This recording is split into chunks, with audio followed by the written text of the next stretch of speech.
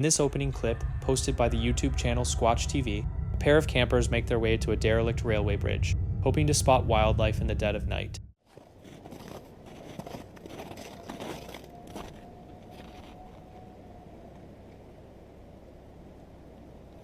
It's hard to tell with the wind, but it almost sounded like something definitely made some kind of noises over there. So we're gonna check it out. Occasionally snowmobilers come through here, but other than that, it's pretty remote. This is an abandoned train bridge.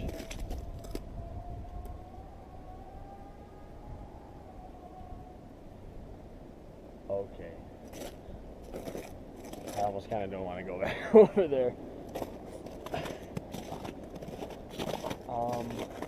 Yeah, my brother said he heard some weird things, but that's pretty weird. I've never heard a grizzly bear sound like that before. Whew.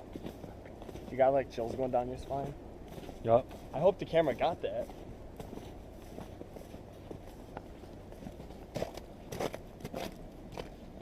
Technically, this train bridge is trespassing, so no one comes by here anymore. But we come here late at night, search for animals, stuff like that. But there's no people. As they walk along the old tracks, an unfamiliar sound reaches them from somewhere in the distance. It grows louder, drawing closer through the trees just off to their side.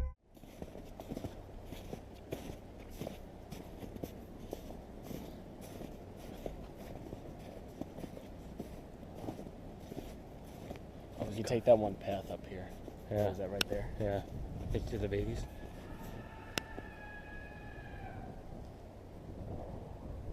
Oh, baby. Okay, I don't even want to go. I don't even want to. What the hell was that?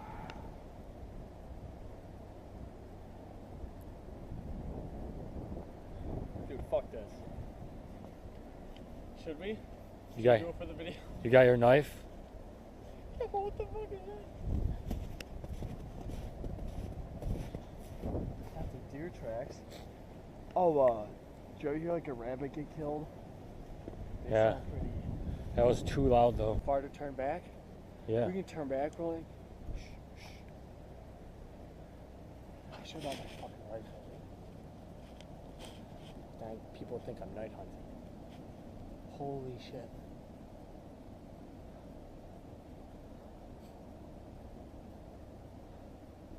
Alright, let's keep fucking moving.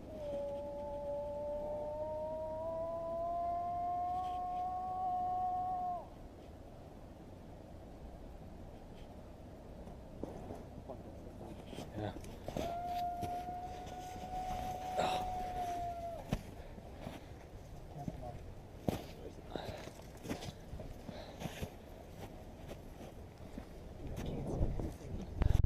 Then they see something in the darkness. They can't make out what it is, but it's enough.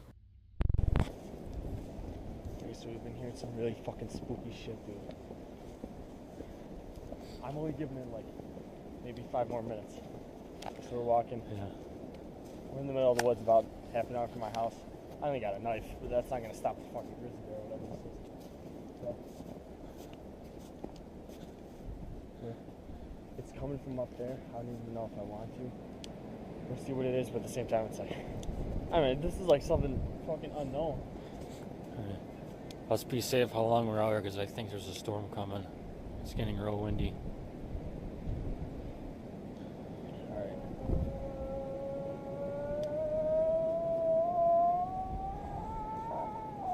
Okay. Go. That's pretty loud. That's close. Okay. So maybe. I don't. Okay. Oh, go. It's coming. Oh, crap. Wait. Don't. Wait. Go. Wait. Holy, I think I saw it. Go. Go. Go. Oh, crap. Bro, wait, where's it? Okay, we're far enough away. Let's just fucking go, dude. Fuck that. I don't know what the fuck that is. Hurry up. Without a second thought, they bolt. No looking back, no hesitation, just putting as much ground as possible between themselves and whatever that thing is. Sometimes the smartest thing you can do is listen to that instinct telling you to get out of there. Somewhere near the Lone Peak Mountains, a hiker spotted a massive figure making its way across a distant mountainside. It navigated the rugged, steep terrain with remarkable ease, never once appearing to slow down or struggle. When he zoomed his camera in, the figure looked tall and walked upright, almost human in shape, but its sheer size and powerful build were what really stood out. With no way to close the gap, he kept rolling footage from where he stood until the figure eventually crested the slope and vanished from view. Given that this region carries a well-documented history of Bigfoot encounters, plenty of people are convinced the footage captured exactly that kind of creature. Skeptics, on the other hand, suggest it was nothing more than an ordinary hiker whose size was exaggerated by the distance and angle of the shot. With such a brief clip taken from so far away, there's simply no way to say with any certainty what was actually out there. Nighttime camping trips through dense woodland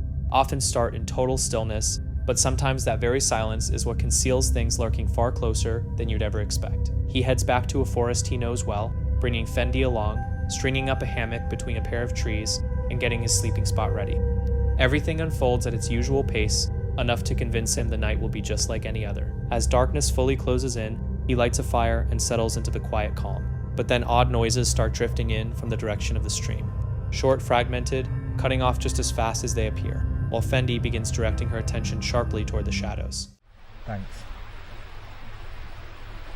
Does it smell nice in my lug oil? Huh? Ooh, it's smoky. Why does smoke always follow you? We're getting you now, kid. Always follows you, doesn't it? Just heard a rock splash down there in the stream. That was pretty odd.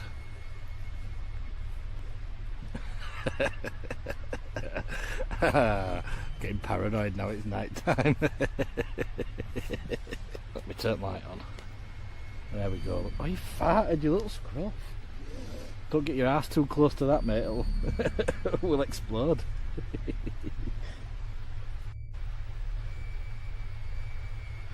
Just heard a rock again in that stream. The noise comes again, and this time he stops and listens with real focus. There's nothing obvious to point to, yet the atmosphere around him has shifted in a way that's hard to ignore.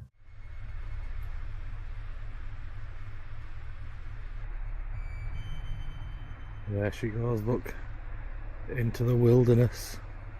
The fire's died down now, so me and Fendi are just gonna chill out for a bit and just enjoy the peace and quiet.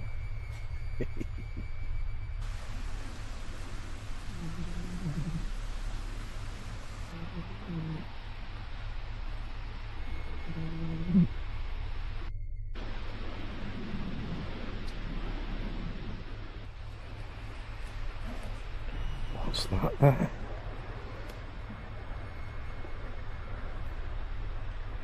Fucking cows, look.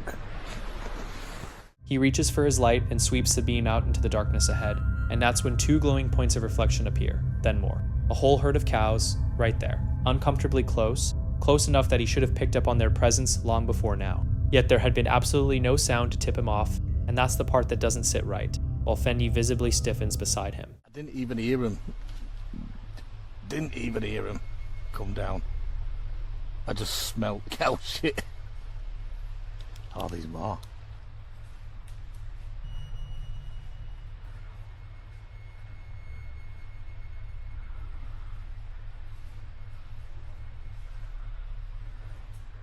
Ah, Fenzel. Yeah. Chill out, mate. No, you're not getting out. I didn't hear them. And they were right there as well. Probably 15 metres away. I just smelt cow shit. And then when I turned torch on, they were there staring at me. The cows hold their ground without advancing, but they show no sign of wandering off either, just lingering in the dark at a distance that makes their next move completely unpredictable. At that proximity, a single startled reaction could send everything spiraling in an instant. Look, they're still hanging about, look. See eyes?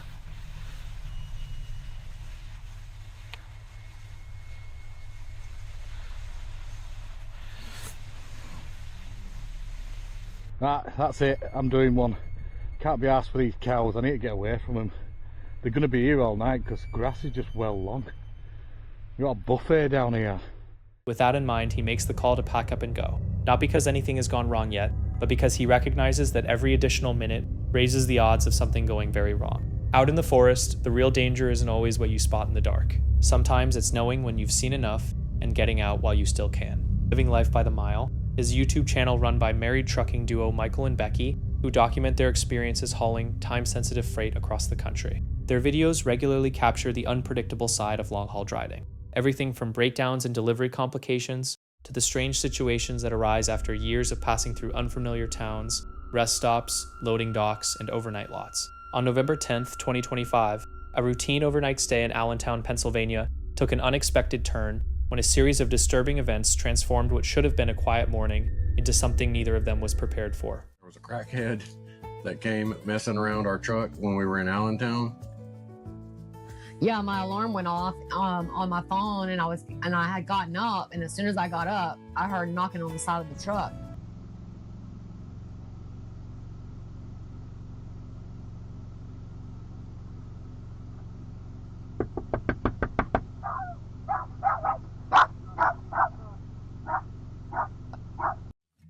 So I hurried and put my house coat on, and by the time I got up there, whoever it was already getting back in their vehicle, but they were so close to the back of the truck, I couldn't even make out what kind of car it was or anything. I mean, we knew it wasn't the cops. Yeah. Or security. Yeah, and they just took off. And then I started making me some coffee, and then I just wanted to look out again and make sure that they had left. And what do you know? They're back. And they're literally just standing beside my truck creepily, not knocking or anything, just standing there. So at that point, I tell Michael, you better get up. You got to have to do something with this, whatever that's going on out here. I get up already annoyed. I mean, it's 5:30, 5:45 in the morning. Like, I'm annoyed already that this dude's messing around the truck and causing me to have to get up. I think I probably went to bed at like 3 or 4. So, It started before the sun came up, while the two were parked for the night in a Walmart lot, when someone outside began pounding and knocking on the side of the truck. What made it feel immediately off was the fact that the lot was nearly deserted, the surrounding businesses were all shut, and there was simply no logical reason for anyone to be moving between parked vehicles at that hour. By the time Becky got a look outside, the person had already backed away toward a nearby car. But they came back shortly after, and this time there was no knocking or request for assistance. Instead, the man launched into a rambling, disjointed story involving people the couple had never heard of. Hey, I'm looking for a Paul Yob. Have you seen him? What? A Paul Yob? Why are you beating on my truck at 6 o'clock in the I'm morning? looking for a Paul Yob. Who's that? Paul Yob. It's a short little fellow that drives a tow truck. I was 20 years back. I was just waking up on a wet trip. Where's he at? Do you know Brian Kramer? I mean, we have no idea who Paul Yob was, like, or Brandon Kramer. You don't know any of these fellows? No. No Brian Kramer or any of that. No. Are you on crack or something? Michael, you don't know he could No, have. I'm for somebody who wet me the Don't be on my That's truck at 6 o'clock in the morning. Like, what are you Wait, doing, what? bro? Stop beating on my truck at 6 I'm o'clock in the find morning. somebody that would just led me over here to talk to you to tell me you're Paul Yob for some reason. Nobody That's what did that, I'm dude. trying to You're figure on out. crack. No, you don't know what you're talking about. What? Nobody did that. Yeah. Nobody He just did told that. me to come over here to tell you that you're Paul Yob for some I don't know who Paul, whoever the is. You You beating know on who other Paul Yob people's is? shit, too. You just beat on somebody else's shit, too. Yeah, I beat on that van over there. And you ain't a crackhead. I ain't a crack. You don't hear I'll tell you that? that much right now. This is going way back, partner. That's why I'm out here. No, I'll tell you where this is going. One of two places. You better get the away from my What's truck. up? Go ahead, He's partner. not in his right mind. Right He could have ahead. a behind his back. All right. I mean, definitely he was on something, and he was messing with everybody because when he knocked on ours the first time, I also seen him go across over to a gray van, and I seen him get out, and they done the same thing. He went around to the driver's side, he knocked on the side of their van, and then he literally ran back to his car and took off before they could get up and get out there. Same way he had done us.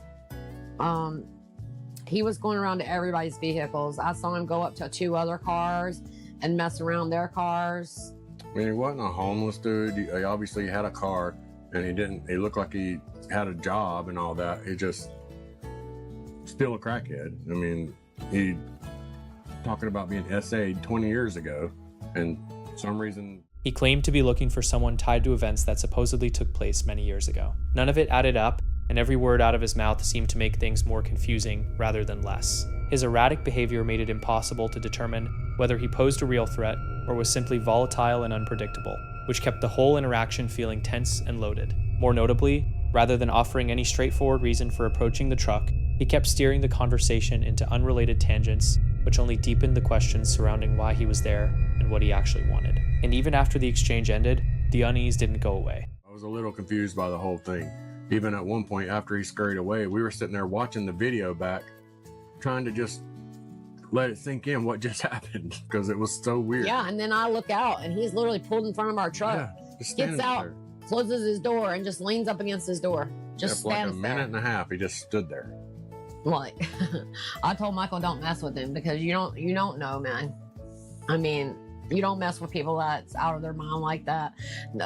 At the same time, you got to draw a line somewhere too, though. Yeah, by calling the police.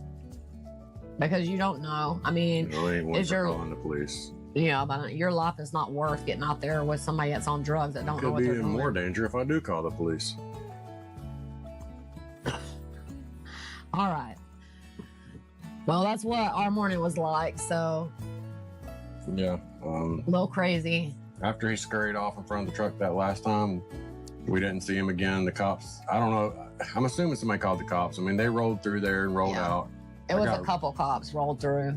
I got Reese out, and me and her walked around a little bit, and there was no sign of nothing. So, I mean, I guess it was over. And we stayed there for like 4 or 5 more nights after that. Yeah. And nothing happened. Yeah, we got stuck up there and couldn't get a load. We kept thinking he might come back and might be some more drunk. On the surface, the man appeared to be functioning fine. He had his own vehicle and carried himself like someone simply passing through on their way to or from somewhere, yet his behavior told a completely different story. At one point, he pulled his car directly in front of their truck, got out, and stood there in silence, just watching, with no one else around. If he had genuinely been searching for a specific person, he would have moved on the moment he realized he had the wrong people. Instead, he kept circling back to the same spot with no apparent purpose for doing so. As the morning light gradually filled in the surroundings, the couple took stock of the area and tried to make sense of what they'd just been through. Morning, guys. Yeah, I said good morning. I know you're not used to seeing me this early. It ain't even sunrise yet. Out here in Allentown. I think it's like not even 7 o'clock. It's probably like 6:45, something like that. I'm sure you guys probably seen the footage of what just happened with the crackhead beating on the door about an hour ago. So it's hard to go back to sleep after that because you don't know what the crackhead's gonna do. So he was a functional crackhead, I'll give him that. I mean, he had a vehicle and work boots and earplugs like he was either going to work or coming from work. So he was a functional crackhead. But, I mean, that's some of the crazy stuff we deal with out here. I mean, you just never know what's gonna happen because see where we're parked right there. And he was just standing on the side of the truck and beating on it. Well, he might have came from under there, who knows. Yeah, I mean, that was a crazy situation.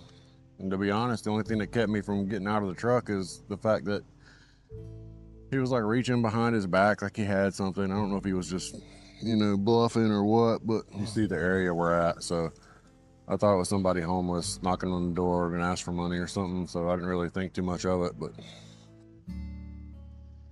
I don't see him out here anywhere. I mean, I don't see that old vehicle.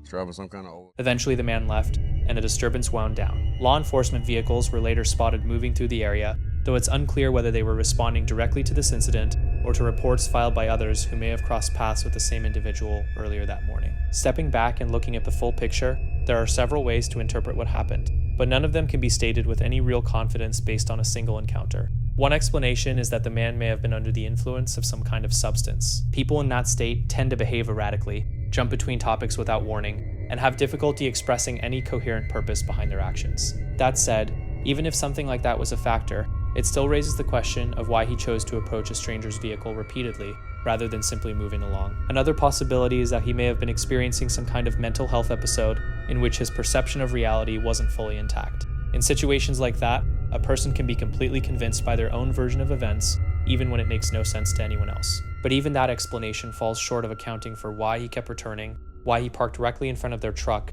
and why he stood there watching them for an extended period, without any discernible goal. There's also the chance that he was dealing with some kind of personal frustration or internal conflict that he couldn't articulate clearly, and ended up directing it at strangers because he had nowhere else to put it. That happens. But even so, the pattern of behavior doesn't quite fit. Most people acting out of personal distress eventually disengage once they recognize there's no connection to be found. Then there's the safety angle, which is often the most important lens to apply in real time. People with harmful intentions don't always announce themselves. Sometimes an approach starts with casual conversation, a confusing argument, or seemingly meaningless interaction as a way to test a reaction, take control of the dynamic, or look for an opening. And when that's the case, things can shift quickly and without much warning. That's exactly why the couple's decision to stay calm, avoid feeding into the confrontation, and not escalate things was the right call. Because you simply cannot know someone's true intentions while you're still inside the moment, and acting on the wrong assumption can make a bad situation significantly worse. What lingers most about this encounter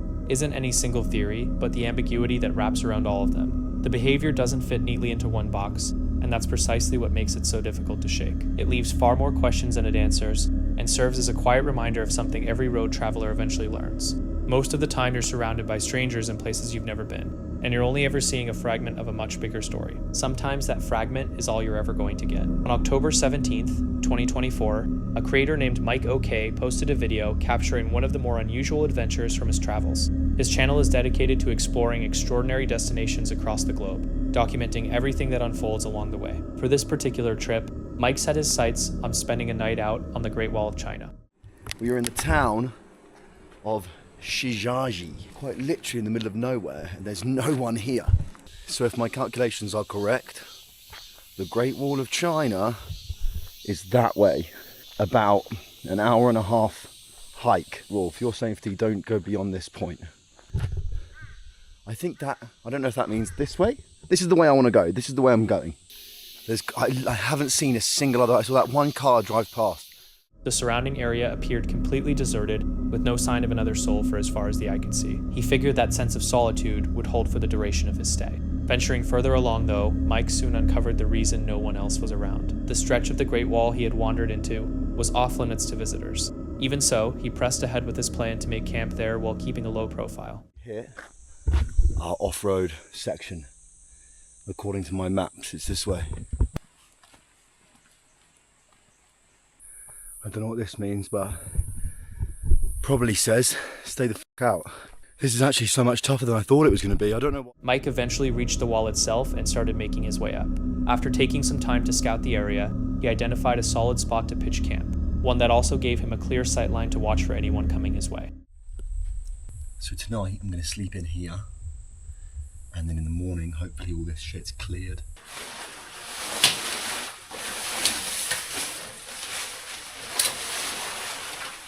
So the sun's gone down, and this is pure isolation. It's dead silent, dead silent. And I can see nothing but just darkness around me.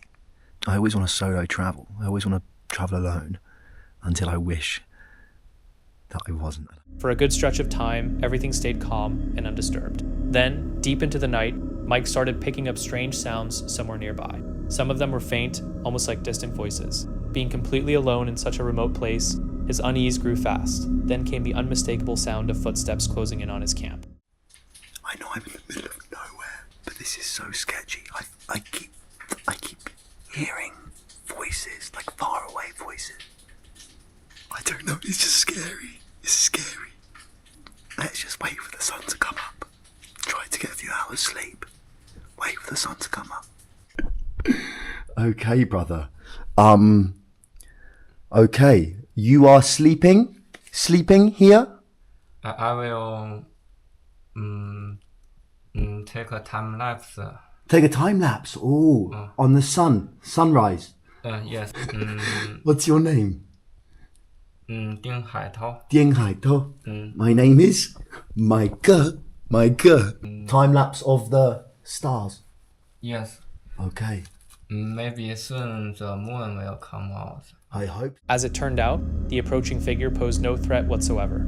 It was a fellow traveler hauling camera gear who had come out to photograph the night sky and capture a star time lapse. The whole thing was pure coincidence. Two strangers had independently chosen the exact same deserted section of the Great Wall on the exact same night. Nothing went wrong, but the whole episode served as a reminder that even the most isolated spots can surprise you. In the dead of night, silence has a way of amplifying every little sound, making distant footsteps and murmured voices feel like they're right on top of you, and a place you assumed was empty might be anything but. So what would you have done when that stranger came walking out of the dark? On November 8th, 2009, a video was posted to YouTube by a user named Uyuan McKeel, and it captures just how fast a peaceful run-in with wildlife can spiral into something terrifying. The footage shows a group of men riding in a truck who come across a bull moose standing on what looks like a secluded road somewhere in North America. Initially, it seems like a stroke of luck, but what starts out as a thrilling moment rapidly becomes something none of them could have anticipated. Yeah, I sent him with the sucker. We knew it was fresh. Yeah.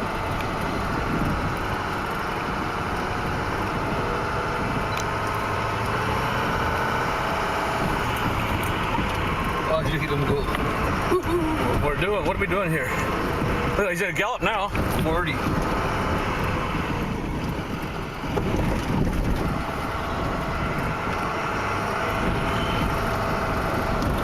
Turn around you. Oh, he's got a big battle on him. See?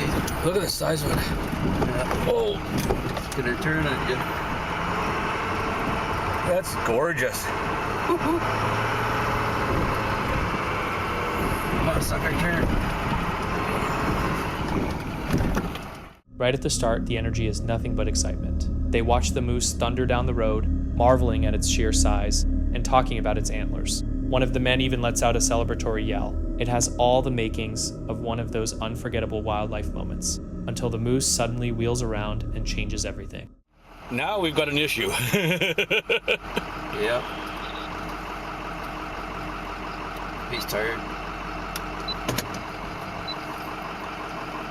I think I better start back. I can't back up that fast, can I? Oh, shit. Oh, fuck. Oh, that's the first time for me. Shit, you pissed him off. Oh, fuck. Holy shit, he came fast. I don't know how fast this thing would back up. It better fuck off. Oh, shit. Holy great. Have you ever seen that? No, I've heard stories of putting their hooves through their front windows. That'd be a hard accident report to write up. Yeah. Oh yeah, he'd hurt you. Yeah. Oh, shit. You told him to turn around too. It's your fault. Oh, there he goes. What comes next is genuinely nerve-wracking. The animal launches itself straight at the truck, forcing the men to slam it into reverse as it charges them repeatedly, closing the gap to a frightening distance before finally pulling back. After a while, the moose loses interest and wanders off down the road. The truck escapes without damage, and everyone inside makes it out just fine. But this whole ordeal is a stark reminder of how unpredictable these animals can be, because had they been even slightly slower on the reverse, things could have gone very wrong. This video follows the story of a content creator who goes by Sam, the person running the channel The Northwest Wind, a channel celebrated for its calming footage of solo camping trips and serene moments out in nature. But one unplanned excursion to a remote stretch of land near the Allegheny River shattered that familiar atmosphere entirely, turning into an experience he won't soon be putting behind him. In early November, Sam showed up at an isolated 2-acre plot, somewhere he'd been dreaming of purchasing for more than 15 years. His plan was to spend a single night on the property to get a real sense of whether it could truly feel like his own. He made himself a meal, watched the sun go down along the riverbank, and after finishing up, settled into his vehicle for the evening, hoping to unwind and reach a final decision come morning. But the moment night took over, something about the surrounding forest started to shift. At a certain point, there's a really up noise coming from the woods right now. It sounds like a woman screaming.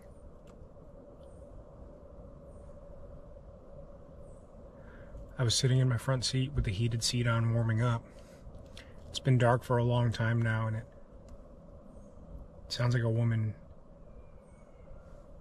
screaming bloody murder. Listen.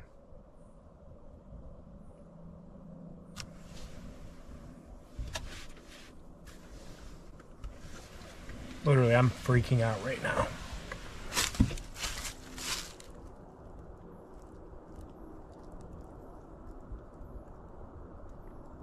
I don't know what the hell that was, but that has me.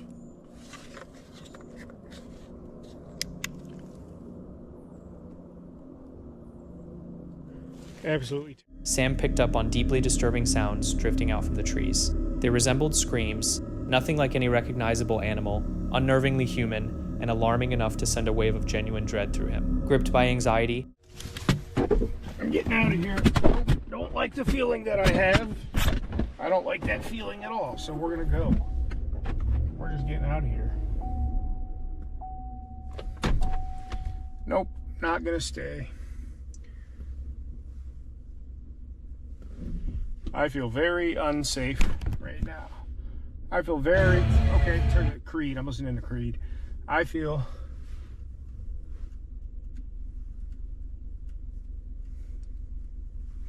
very unsafe right now. Very, very unsafe. And I can't just peel out of here. I got to come down this half mountain road.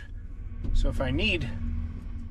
He snatched up his camera, locked every door, and made the call to get off that property immediately. Getting out, though, was far from simple. The only exit was a narrow dirt road cutting through the forest along a sharp incline. Sam felt as though he'd wandered straight into a real-life horror scenario, completely alone, swallowed by darkness with no way to make a fast escape. Switch back to get in here.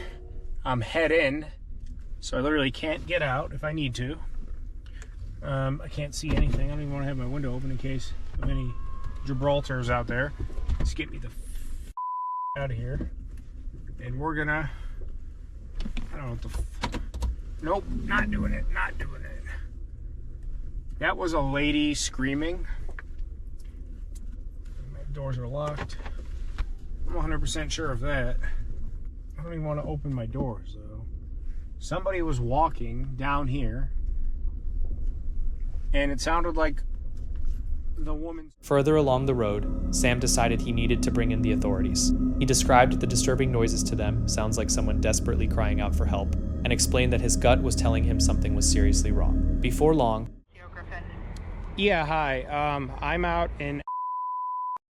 I was out camping, and I heard, I believe it was a woman screaming in great distress. So where are you, Sam? I drove back. Road. How far did you travel?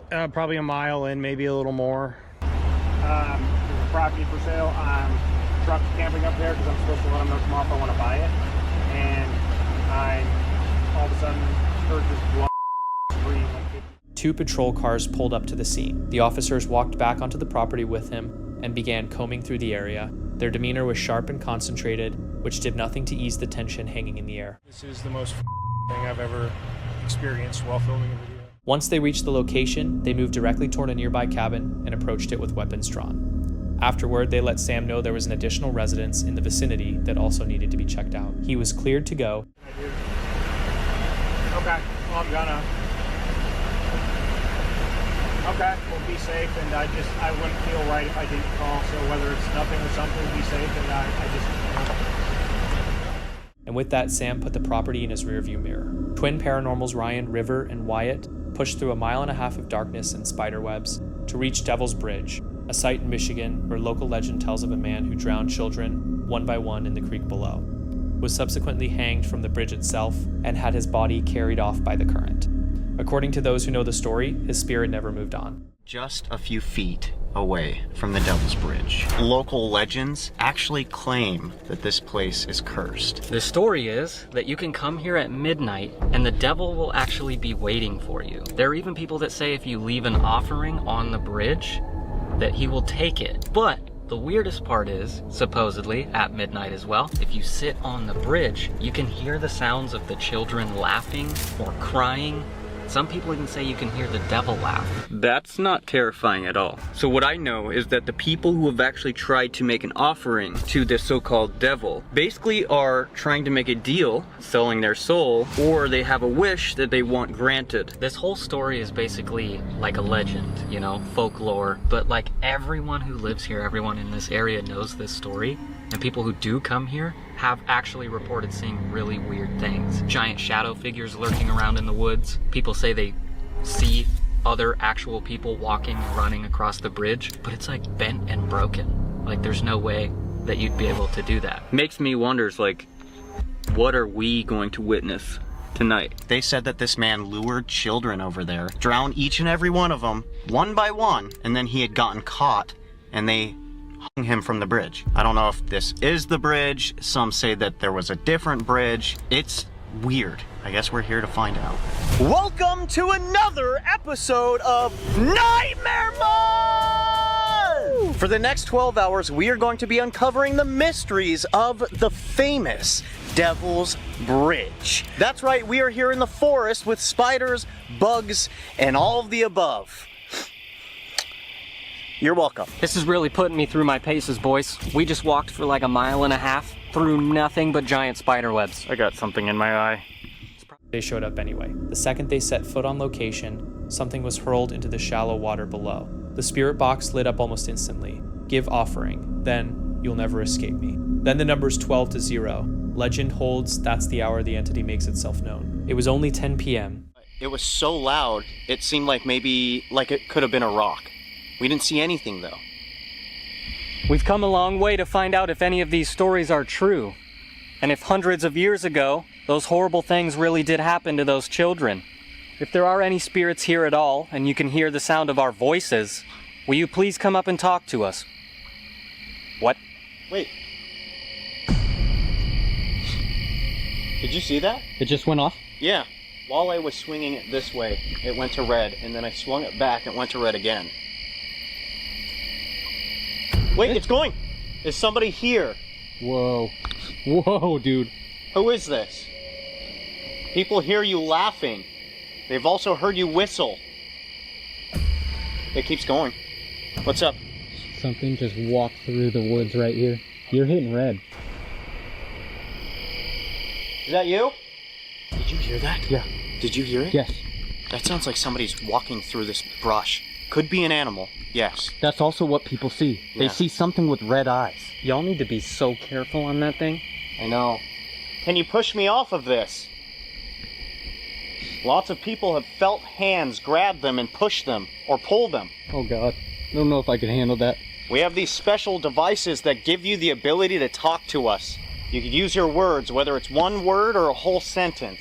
We are going to be here for a couple of hours, so if you could please give us your time. I made an offering. All I wish for is just to communicate and find out who you are. If it truly did work. Anyways, when I said, did you hear that? It didn't sound like rustling at first. It almost sounded like somebody going, ah, but I wasn't sure. The atmosphere was deeply unsettling. Whistling began drifting out from the tree line, intentional, rhythmic, shifting position, as though something was circling them. Whatever it was moved through the underbrush in short bursts, 2 or 3 footsteps, then nothing. Then came a voice. A man's voice, distinct enough that all 3 of them registered it at the exact same moment. I swear on everything, I saw something right at those logs right there. Haha. Haha. Shut up, dude. What is going on? Oh my God. Okay. Hi. Did you hear that one? What was that? I legit... Knock, knock? It was I don't know. It legit sounded like it was right over there somewhere. Can you do that again? Dude, I don't know if I want to be here. No. I'm serious, man. This is so crazy. The weird thing is, on the maps, this is all forest. Yeah. Like, there's nothing there. I know. Across the big river is like the only house for miles. And to get here, you have to go through us. Yeah. Is there no way through there? How far does that go? I don't think so. As far as I know, from watching a video, the big tree is right there and there's a clearing. I don't know if the trail goes any farther, but I know it's straight forest. Wait, you can actually see the tree? Yeah. What the f***? Do you hear that? That was a big crash. Okay, can we? Something's in there, dude. I don't know what to do. I know. I'm like I almost want to grab the cameras and go. We can't yet. Well, I know, but dude, we just got here. Can we at least go back to our spot and kind of think of what we should do? Because holy bro, we don't just hear that. I know. That is actually insane that we now have heard, what, 3 noises? A whistle, a man's voice, or a voice. And is somebody with us? That's what I was trying to say earlier. Like, we've been here for... But wait, did you guys hear that? Yeah. They came across the tree, a mud-caked doll resting at its base. The spirit box growled, "I'm the shadow you ignore." At the stroke of midnight, they laid down their offerings. The device shot back, "Follow home." Something came barreling toward them through the forest. They grabbed their gear and ran. A man was resting quietly in his RV out in the middle of the wilderness, planning to push on come morning. But the night had something else in store. Without any warning, he heard what sounded like a woman shrieking in absolute terror from somewhere among the trees. Shaken and on edge, he climbed outside and called out into the darkness, hoping someone would answer. Hello? But nothing came back. That's when he caught sight of something moving through the tree line that he couldn't explain. Panic hit him like a wall, and he bolted back to his vehicle. But the situation was far from over. Whatever lurked out there followed him and began hammering on the van door with force. Right at the moment his fear reached its absolute limit, the van's alarm triggered, and the mysterious figure fled into the night. What exactly he encountered out there, only he will ever truly know. Sydney, the creator behind the channel Sydney State of Mind, is a solo female traveler who spent roughly 2 years living out of her car and road tripping across the country. Her usual ride is a Volvo XC90, but on this particular adventure, she traded it in for a 1997 Chevy Tahoe, a vehicle she affectionately calls sensitive, which is really just a polite way of saying it's pushing 30 years old and running on sheer optimism. At this point in her journey, she's heading back from the Florida Keys and decides to detour through the Georgia mountains, somewhere she'd been genuinely excited to explore. That's when the Tahoe decides to start acting its age. The climbs were already rough, but the descents were a whole different problem. Pretty bad. I'm gonna have to go really slow and find the next pull-off. Yeah, I'm like losing my brakes. Okay, hold on. Yeah, I'm not really stopping. Oh my gosh, I'm not stopping. I wish you guys could smell the brakes. That is not good. I'm gonna have to stay here for a while actually, probably to let those cool down. And I have service. Yeah, her brakes were completely fried. She had to pull over and wait around 15 minutes just to let them cool down enough to keep going. After the brake situation, she quickly realizes her options for where she can actually drive are now seriously limited. The campsite she'd originally had her eye on is completely off the table. It requires proper 4-wheel drive, and the Tahoe is strictly 2-wheel. So she pivots, scrolling through her maps, hunting for anything relatively flat that won't leave her stranded. Eventually, she lands on a spot about an hour out, near LAJ, which looks promising enough, until she pulls in and notices something that immediately puts her on edge. It says my site is right here.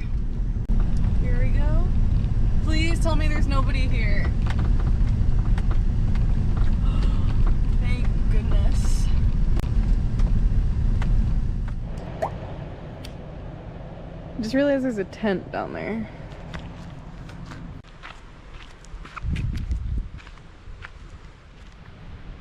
Like, is somebody homeless living over there? I don't know what to do. There's a freaking tent over there. Do I go up to it? Hello? Is anybody in that tent? Now, her number one rule of solo camping has always been to listen to her gut. If something feels wrong, you go. But she's completely drained, and the thought of navigating mountain roads in the dark with barely functioning brakes is a genuinely terrifying prospect. So she overrides her instincts, commits to the site, and gets to work making some cheesesteaks. Eventually, she retreats into the Tahoe to eat and jumps on a FaceTime call with some friends from college. And that's the exact moment this goes down, right there.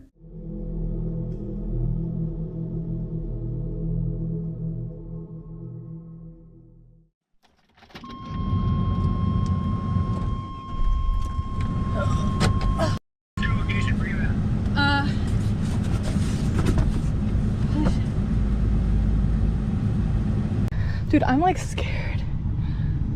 Holy. I don't know where he went. Wait. Oh. Holy. You okay? Yeah.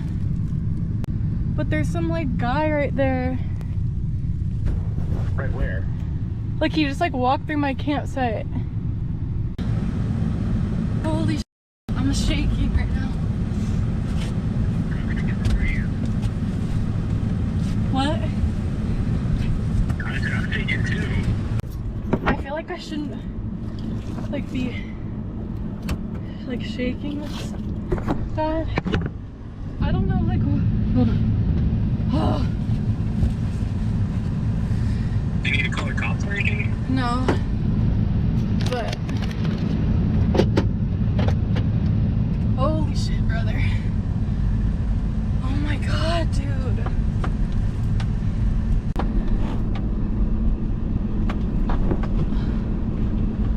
Are you leaving the game? Yeah, I'm leaving. Holy shit. Oh my god. My only saving grace is that I also drive a sketchy vehicle right now, in my opinion. Yeah. So like, he had no idea that I was a girl, you know? Or like, or you wouldn't suspect me to be driving this. Oh my gosh, I'm so glad that I saw that person. I'm shaking. Was he coming like facing you, or which direction was he coming from? He just walked into the campsite. I'm like, shaking. Holy. With her friends watching the whole thing unfold live, Sydney starts up the Tahoe and gets out of there immediately. She drives directly to the closest Holiday Inn, concluding that a well-lit hotel parking lot is a vastly more appealing option than spending the night in those woods. Here processing what just happened, and that guy saw my car and there was no hesitation. He just kept coming forward and he walked right in front of my car down to the little area. Then when he put his stuff down, he just kept looking in my direction, like walking back and forth. Like, he was definitely up to no good and didn't want me there. Those were the vibes I got. But that was sketchy as hell. I quite possibly could have just avoided my murder. Now, here's a different angle worth considering. There was already a tent pitched at that site. What if Sydney accidentally pulled up and essentially parked right in the middle of some guy's campsite? Meaning, technically, she was the uninvited one. Maybe he was just some harmless guy returning to his own spot, internally wondering why a stranger was in there cooking dinner. Honestly, there's no way to know for certain. But, and this is a significant but, the fact that he walked directly past her front bumper without so much as a moment's hesitation when he clearly saw her car there is genuinely unsettling. Maybe he was completely harmless, maybe he wasn't. But here's the thing. When every single instinct you have is telling you to get out, you get out. So where do you stand? Was that guy actually a threat? Meet Deji, a YouTuber best known for his comedy and challenge content. One evening, he and his two friends, Jello and Kieran, headed out to film a wilderness survival challenge in an isolated forest. The whole thing got started when Jello connected with someone on Facebook who claimed to be a survival expert and insisted the meetup had to happen after dark. Carrying nothing but a camera and a flashlight, they left their car behind and pushed into the trees. The further they went, the more the silence and the dead phone signal chipped away at their initial excitement. We're here. So Jallo found a survival guide from Facebook. Facebook, yeah. I mean, this is his idea, so if anything... No, it was our idea. Don't try to put me this under the is bus. his idea. It So, was our idea. honestly, like, apparently this guy, I don't know, you tell me, what you talked to him. No, yeah, so I went on the Facebook group, I typed in like survival expert. Yeah. Facebook has everything. Yeah. Found this guy. This guy was like, yeah man, like I can show you around, I can show you how to build a tent, I can show you everything. Like, I do loads of treks all the time, like I've lived in the wild before. all Okay. that. I was like, yeah, let's do it. I said, let's do a video. But why at like 10 p.m.? Because he said nighttime's better. He said, what you're saying? He told me he's here, but we got no signal. Jello's enthusiasm evaporated fast, giving way to nervous laughter, half-hearted jokes about it being a prank, and pointed questions about whether anyone had brought a weapon. Something about the whole setup had stopped feeling like fun. The further into the woods they got, the more oppressive the atmosphere became. Shouting out for the so-called expert only made things worse, as strange noises and shifting shapes in the shadows kept breaking the quiet. What had kicked off as a lighthearted video idea was rapidly becoming a genuine test of their courage. If this is like some prank, or like we're gonna get killed or something, like... Why would I put myself under this pressure to get killed? What? I swear down, I just saw like a shadow run across, bro. I'm going home. You said you'll find us? He will find us. Bro, if this is like some scary... This is nice. The mood hit a breaking point when Deji spotted a figure standing completely still in the trees ahead. It was the survival expert just watching them without saying a single word. There was something about his motionless silence that felt far more unsettling than any threat from wildlife. When he eventually opened his mouth, the almost predatory edge to his words made the whole encounter feel even more disturbing. Oh my gosh! There's someone standing there. There's someone standing there. Kieran? Bro, he's not waving or anything. Hello? Bro, I'm not doing... No, this is your idea. You go first. No, I'm keeping my eyes on him. I've seen horror movies. I don't know if he's joking. Huh? I can see you guys from over there. What came next was a string of increasingly unhinged survival advice. He instructed them to straddle a tree to keep spiders away, issued warnings about deadly snakes lurking nearby, and presented chopsticks as a critical piece of survival gear. He even produced what he called an emergency blanket, backing it up with a story about a fictional material from a war that never happened. With each new piece of bizarre guidance, the group's confusion deepened into genuine alarm. You see him? Bro, they're coming. No, there's some nest or something here, bro. We have to get out of this area. No, that's the worst thing you can do. When you've got an infestation, right, of f***ing radioactive spiders, because they're all radioactive, man, all right? The worst thing you can do is run. Yeah, what you gotta do is, now, this is protection, all right? So, you sit on this. You want to sit on that now? No, I want you to sit on that thing. That's what she said. You sit on it. Can you do it, Jello? No, you do it. The spider wants you. Who the king of the jungle is. Are there snakes in this forest? Oh, fine.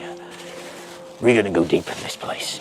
You're gonna experience things you never thought were possible. You're gonna learn stuff you never even knew people knew. And by the end of this, one of two things is gonna happen. Either you're gonna be able to live with snakes, reptiles, dangerous creatures, or you're gonna be dead. Or maybe seriously injured. Where's the survival? This is step one. Nah, is this the troll? It's not a troll. There's no troll. You said you want a survival, bro. And he's hit to help us survive. Simple chopsticks, but these can save your life in a tricky situation.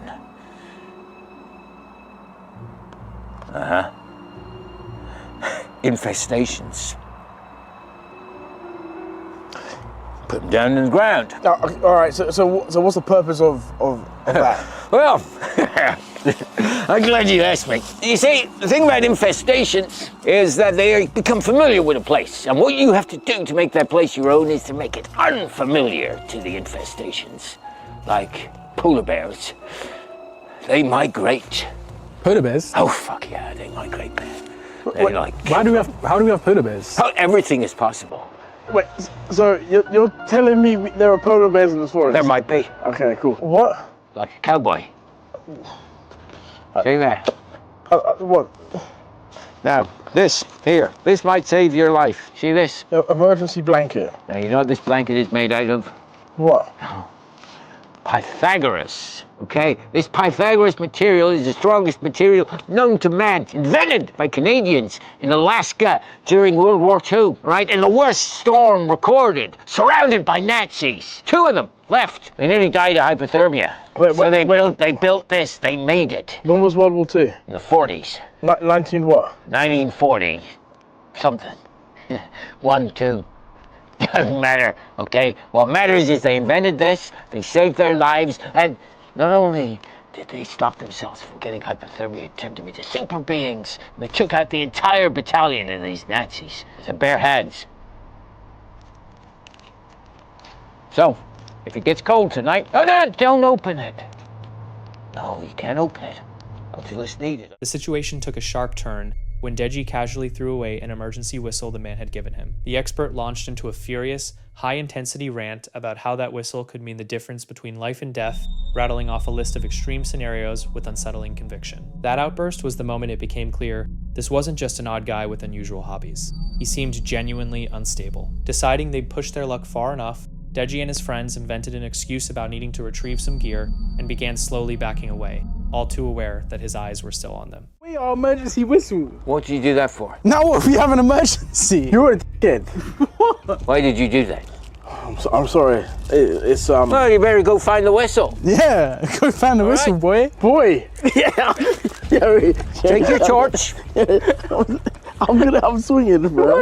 I'm swinging. I'm swinging. Why? I'm swinging. We're in this together, bro. We're in this together. Find the whistle. All right.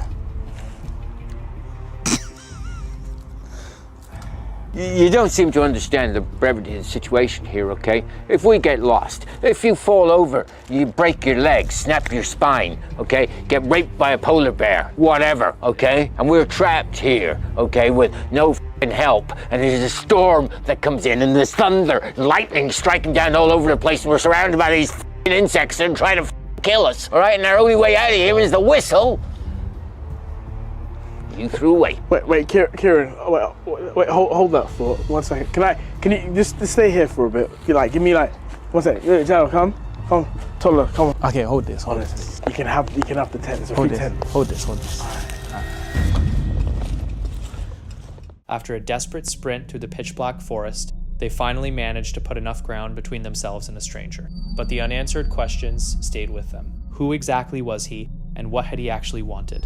A video idea that started out completely harmless had turned into a stark reminder of just how much danger a stranger can pose, particularly when you're cut off from the rest of the world. Fortunately, their gut feelings kicked in before things went any further. One thing was for sure, none of them would be tracking down survival experts through social media ever again. On the 8th of October, 2025, Moxley and his crew made their way to Pretoria Pits in West Houghton, Greater Manchester, a landscape forever marked by the 1910 mining disaster that claimed 344 lives, now swallowed by trees and dense undergrowth. The place carries a weight to it, a quiet unease broken only by old stories of shadowy figures and disembodied voices drifting between the trunks. They eventually settled on a spot deep within the woods, while clear civilization, or so they believed. The forest around the pit seemed to breathe with subtle, barely detectable motion, and the atmosphere hung heavy with a creeping tension. Every cracking branch or shifting leaf felt intentional, as though something unseen was monitoring their every move. Even before darkness fully took hold, Moxley was already picking up on strange movement around the group.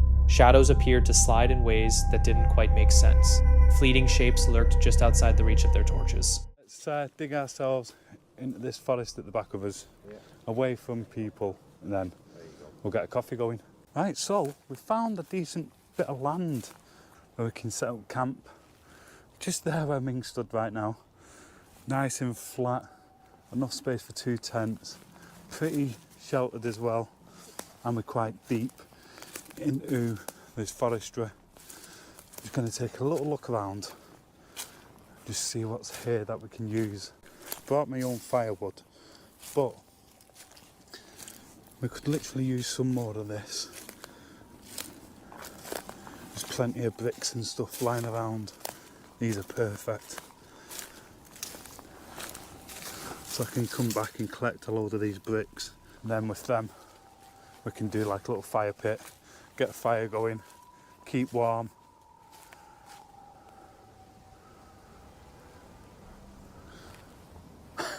Not too sure what that was. Just like a black shadow went. They pushed those feelings aside and continued setting up camp, but then a whistle sliced through the night, sharp, high-pitched, and far too purposeful, sending a chill crawling up the back of their necks. It was a sound that defied easy explanation. For a brief moment, once they acknowledged it could have come from a person, a fragile calm washed over the group. Maybe it was just someone passing through, wandering near the old abandoned workings. They went back to pitching tents and getting themselves organized, doing their best to bury the dread that kept creeping back in, all too conscious of what this ground was known for. The place is known for its paranormal. I'm not saying that was paranormal, but it was odd. It was very odd. But it is beautiful, innit? And we've still got a bit of sunlight. So let's go get the tents up. Let's get the kettle on, have a coffee, then wait for nightfall.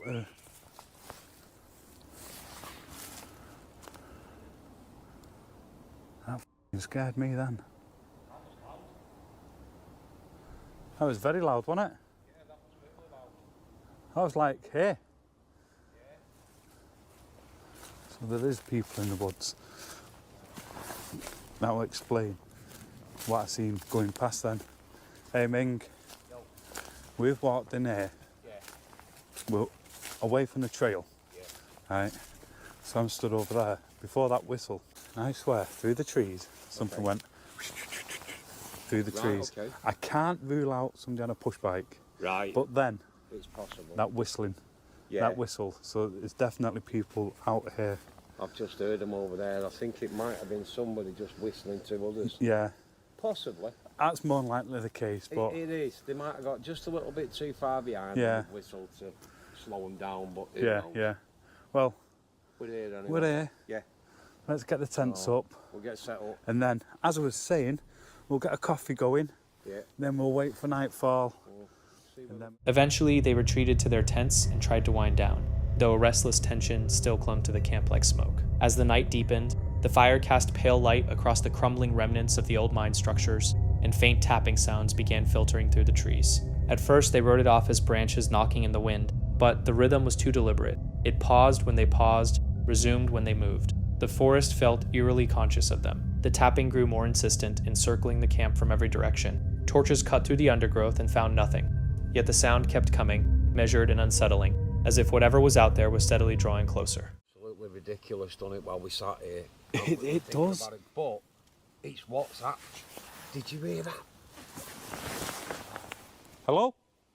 Hello?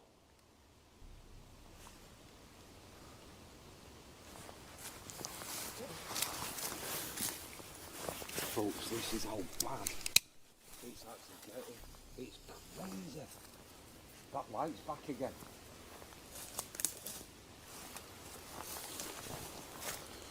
That light's back. No, it is, mate. There.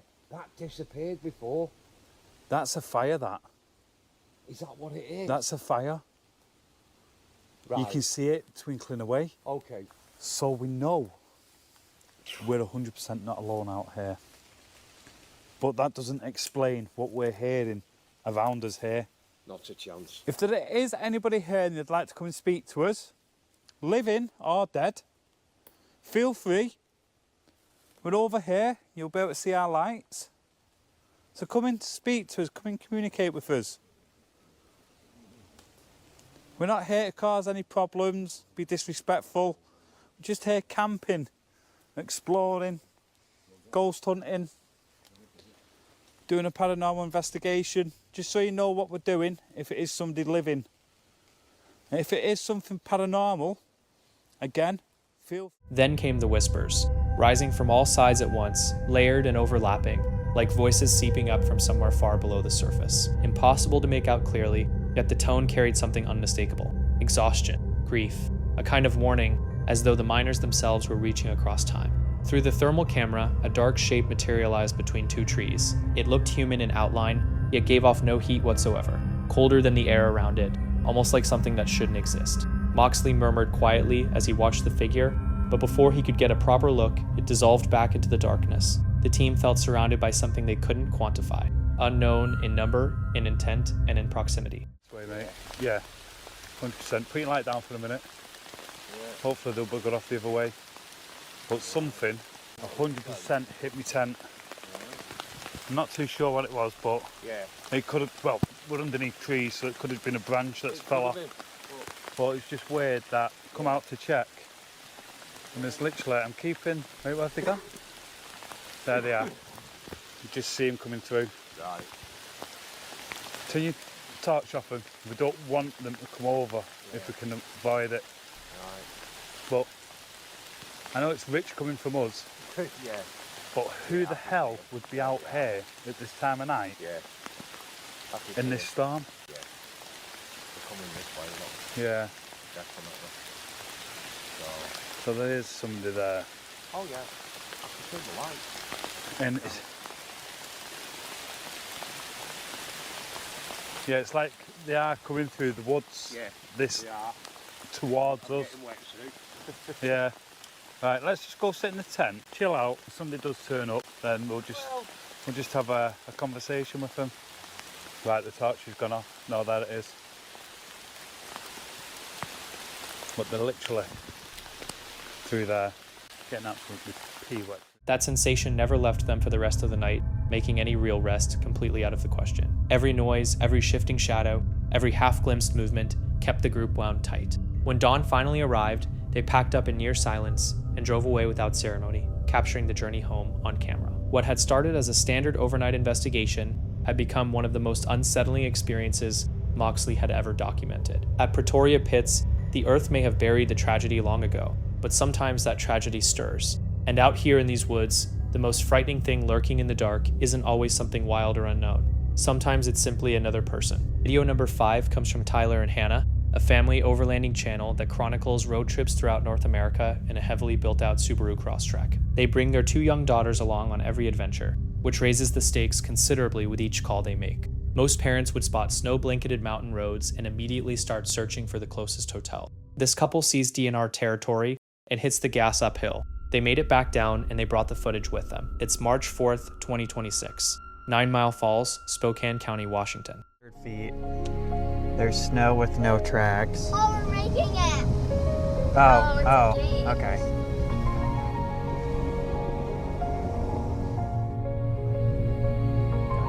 Alright, that's the patch of land, all those yellow roads. Then, emerging from the snow-draped forest, an enormous wild moose planted right at the edge of the trail. It doesn't budge, just locks eyes with the mud-caked vehicle from only a few feet out, close enough that you can actually see its breath hanging in the frozen air. It's eating. It's eating the tree. Yeah, I guess so. Like some fresh cedar greenery. This is insane. We all smiled so hard. Then the moose pivots, launches into a full gallop, and vanishes into the snowy tree line. The family goes quiet, absorbing what they just witnessed, the undisputed highlight of the entire trip. But the mountain still has more in store for them. Right here is where we're stuck. Okay. Stuck in Washington in more ways. A breathtaking wildlife moment, followed almost immediately by a very real danger. The moose sighting becomes the memory they'll talk about for years. The worsening winter conditions are what forced them to call it. Pinned on a steep, icy incline with zero grip left to push toward the campsite, Tyler and Hannah scrap the route and carefully pick their way back down to flat ground. What began as a dream encounter ended as a very serious judgment call. This clip comes from Larry Explorers, a UK-based urban exploration and paranormal investigation channel where the host puts EMF and PKE meters to the test at locations rumored to be haunted. His regular companion, Shane, is along for the ride. Most sensible people would spot "Go Home" carved into a tree at the edge of a forest and turn right around. These two walk straight in, October 15th, 2019. Larry and Shane make their way into Daring Woods in Kent, England. With darkness closing in fast, they push down the main trail completely ill-equipped, lacking even decent flashlights. Right, we've come along to Screaming Woods, and this is Shane. Shane, don't know where I was pointing there. And we got the woods, and light is fading, so we're going to get out there and check this place out and see what all the fuss is about. Let's go. Okay, so we're now entering Screaming Woods in Kent. Shane's excited. I'm excited. Let's look. It says "Go Home" on that tree, which is really nice, welcoming, a bit Blair Witchy. I'm not sure where people go exactly. There's a bit of a board over here with some information and stuff. Discover Daring Wood, that's its official name. So we're here. Should we take the white walk? Then, somewhere deep among the trees, they pick it up, a sharp, unnatural wail reverberating through the woodland. The noise carries a quality somewhere between wind howling through a hollow structure and a high-pitched moan, nothing that belongs in a normal forest soundscape. I mean, the phone might.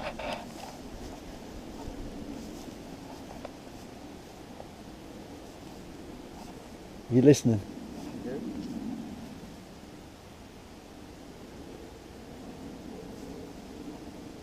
Yeah.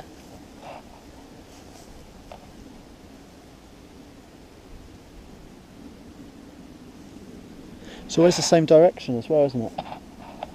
Over that way. Okay. So I mean, we've been here 5 minutes and Rusty swing set kind of. yeah, sound to it. we've been here 5 minutes and we're hearing shit already. I mean, some is just normal forest noise, but there's some strange noises coming from over this way. Shane's hearing rusty swing sounds. I just hear what sounds like a distant party or something. Without any warning, Shane's PKE and EMF meter suddenly fires off, beeping into the darkness. No power lines, no electronic equipment anywhere nearby, just the device going off on its own in the black. Let's keep going, I guess. Do you want to go deeper into the woods? No, you don't want to get lost, do you? No, I mean, it Not ideal. probably wouldn't be a good idea, but... I mean, you said you got a few days next week to get possessed and Blair No, Witch. it's the Blair Witch thing. Yeah, I got a couple days off. Yeah, we're going to do the whole Blair Witch here. I mean, if anything, this is a nice forest. It's very creepy feeling.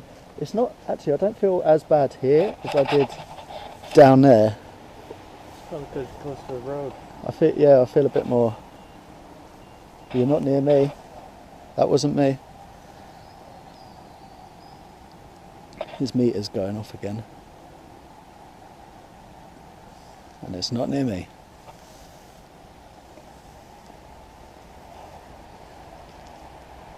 I'm standing back. I don't want to interfere. I haven't been doing that. Hey? I haven't been doing anything like that.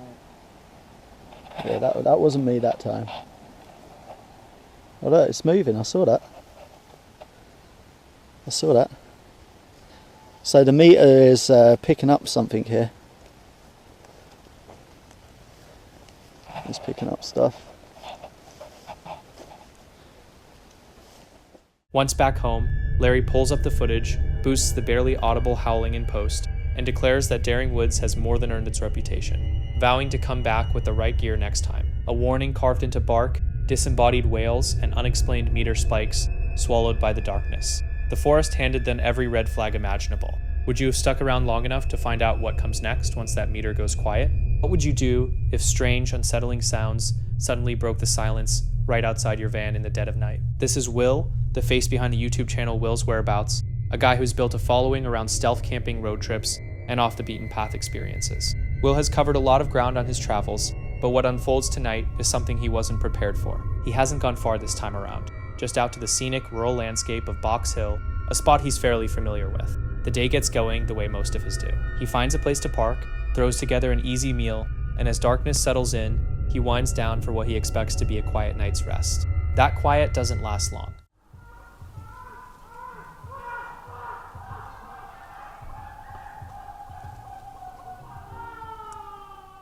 Without any warning, jarring and deeply unsettling sounds snap him out of his sleep. The strange noise cuts right through the stillness of the night, sending a wave of unease straight through him. So what exactly was it? Wish me luck, everybody. Doing his best to push the anxiety aside, Will tries to convince himself it was nothing and settles back down to sleep. Luckily, tiredness wins out and he eventually drifts off. But the question lingers, what made that sound? Was it some kind of animal lurking nearby? Or was there something else out there in the dark keeping an eye on him? Drop your theories down in the comments. In July 2024, a YouTuber known as Brendan Explores headed out on a solo stealth camping adventure at Lake Burnley in Wales. His plan was simple: soak in the scenery and spend a peaceful night beneath the open sky. What actually unfolded, though, was something no one could have seen coming. We're currently on our way to a lovely little spot called Lake Burnley, but we're invading Wales tonight on a sneaky little stealth camp, hopefully by the lakeside of Lake Burnley. We've got some beautiful food to cook up tonight, but I'll show you that a bit later on. So this is the other side to the walk. We've just gone up the one way. It's basically like a loop walk. It takes about 20 minutes. I think it took me about maybe 10-15 minutes to get to the waterfall.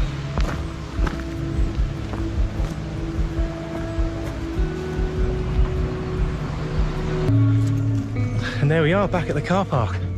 He spent the early evening wandering the area and whipping up a late-night meal. But things took a deeply unsettling turn at 3:30 in the morning, when a van suddenly appeared and aimed its headlights straight at his vehicle. Wake up to that beautiful view. If you don't hear from me, then I've had a good night's sleep. I'll see you guys in the morning.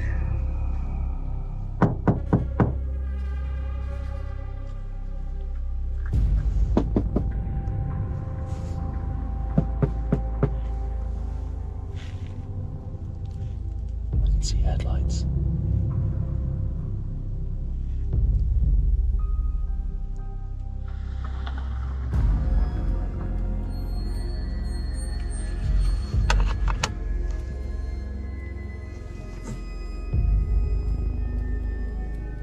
Who was that? They just drove off. Didn't shout anything. Didn't ask if anyone's in here. Gave a couple knocks, shone the light in, and drove off. I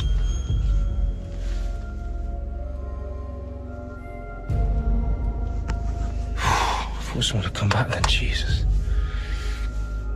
What do I do? What do I do?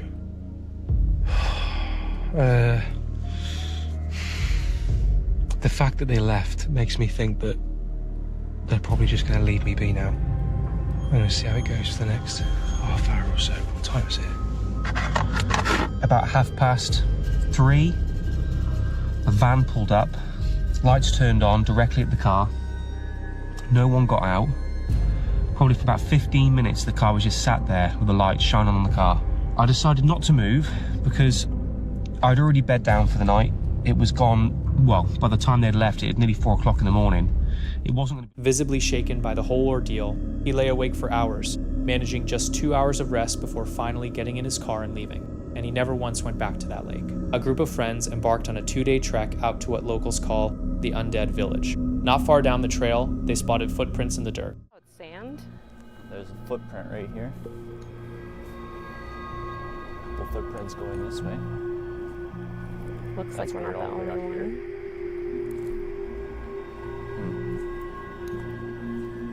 Yeah, there's a bunch of them here. Maybe just a couple. They pushed forward, but it wasn't long before things took an unsettling turn. Making pretty good time. What else did I want to say? Shh. What is that? What the hell is that? Who is that? Yo. He's going into the woods. What the hell? What's that? That was a person. I know. Should we, go help them?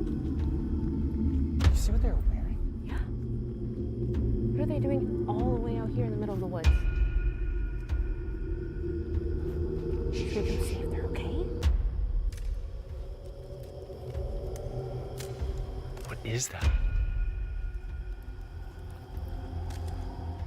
Brushing it off, the group ventured deeper into the woods. As the sun went down, they started making camp, getting ready to spend the night out there in the pitch black. Right here. What's that?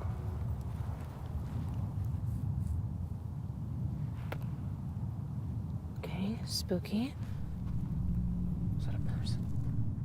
Then they heard this. Looking for somewhere safer to bed down, they moved further along the path when, without warning, their light completely died.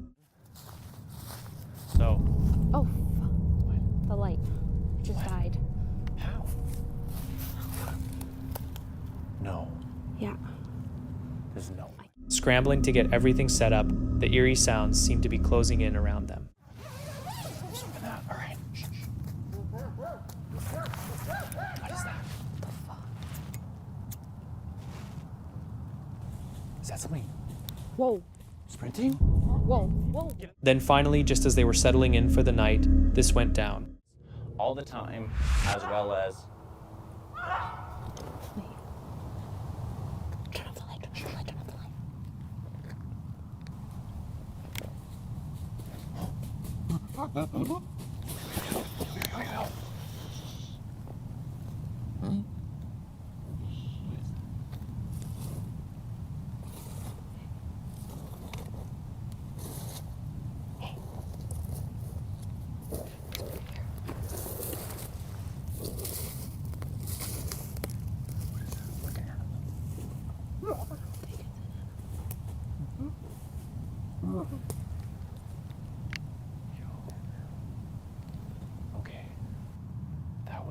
the odd something just walks next to us.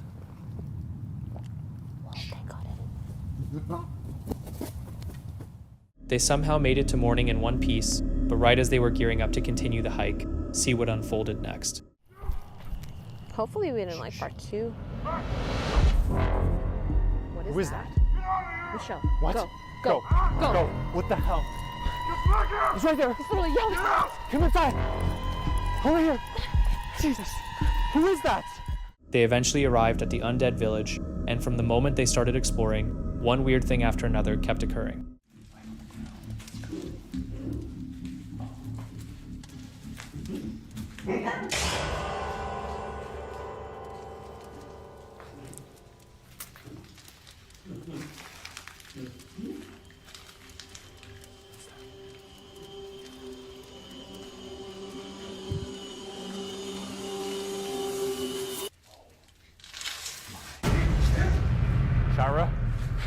Shira, we need to run. What?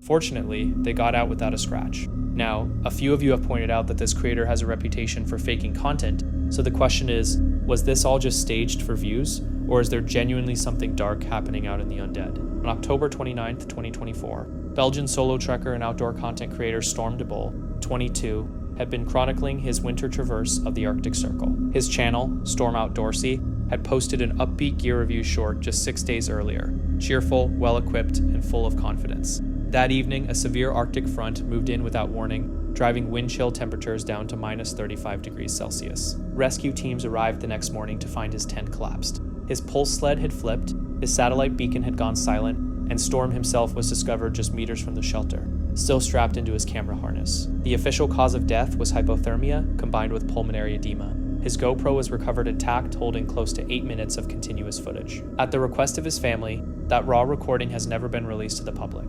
Only an 18-second clip has been shared, in which Storm says in a muffled, labored voice, "It's gonna get worse, but don't worry, I'll survive." Due to copyright restrictions, that footage cannot be shown here, and the complete recording has remained exclusively in the hands of investigators. De Bol's story, a YouTuber who set out to document his wilderness adventures and never made it home, has since become a widely cited case study in winter camping communities around the topics of risk assessment and battery redundancy. His presence lives on through the videos he left behind, and we extend our deepest condolences to his loved ones. May he rest in peace. The sixth and final clip of the evening comes from West Country Wild Camping, a Dartmoor-focused channel where a guy named Ash heads out into the wilderness and lets the land do its thing. No manufactured frights, no monster chasing, just equipment trials, dips in cold rivers, and the odd moment that quietly reshapes the whole journey. Most people head into the outdoors to get away from other people. Ash set up at Chalk Ford and stumbled into a Viking who carried ancient knowledge with him. It's the 11th of May, 2022. Chalk Ford, near Buckfastleigh, Devon, England. I think he said his nickname is the Heathen Gardener. So he works on Dartmoor and shows people around and takes people out on the moors. Very nice chap. It reminded me a bit of a Viking. He had like a long beard, shaved head on the sides, and then a bit of a ponytail on top. Looked like the guy from the Vikings. But he's a very nice guy. He's off to camp further up that way. He says that there's a lot of picturesque camp spots in that direction, and he also said that there is a waterfall about a 10-minute walk if you follow the river. The hike turns into a masterclass. Duncan shares the deep lore of Dartmoor as the two of them trace the river's edge. Old Crocker, the timeless spirit said to watch over the moor. Runic markings carved into tree bark. One for discovering beauty, another for softening rage, another for quieting a restless mind. Ash captures everything on camera. The waterfall, the symbols, the way Duncan inhabits his own mythology as naturally as breathing, as casually as checking the weather. I lost my phone on the way down to the waterfall, so we've had to scout back and try and find it. Luckily, Duncan has got eyes of an eagle and has managed to locate my phone unbroken. So I've just come back from Duncan's camp. He is hammock camping in between. Then things take a turn. The riverbank is a trap of soft mud and deceptive footing. Running shoes lose their grip on the slick clay. Ash slides, grabs for roots, and ends up further down the slope than he ever intended to go. His phone is somewhere up above him in the undergrowth. Duncan stands steady on firm ground, scans the area, and then finds it, sitting in the leaf litter, completely unharmed, somehow spared by the river. Bugging me. So we had a quick 5 minutes looking at the waterfall. Beautiful, by the way. Karen's gone wild, would love that place for a wild swim. So on the way back, we're looking for my phone. I'm falling down the bank again because these shoes are crap.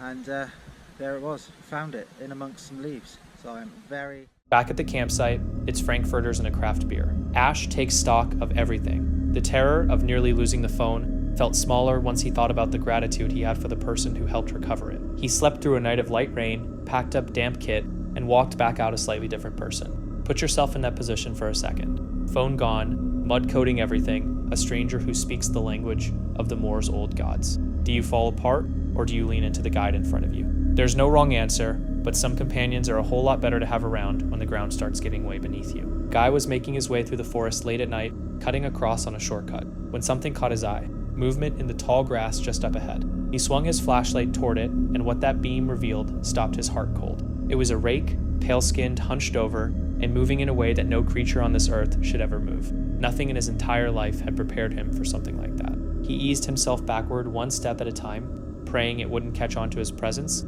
then got himself out of those woods as quickly as his legs would carry him. And that shortcut, he never gave it a second thought again. A young boy found himself caught in a terrifying ordeal. Floating alone in open water, with no one around, his rescue was nothing short of miraculous. I know, just calm down, A fisherman casting his line along the river in Duluth, Minnesota, spotted something that would stop anyone cold.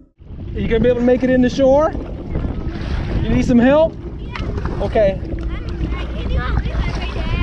Well, your dad's back there, but I'm gonna bring you in the shore, okay? I know. There in front of him was a small child, by himself, in the frigid water with not a single adult in sight. And here's the part that makes it even worse. This wasn't the first time. The boy had previously been reported missing in a search that mobilized dozens of people, and now, once again, he was teetering on the edge of losing his life. The fisherman's instinct was immediate. Get the child out of the water, whatever it took.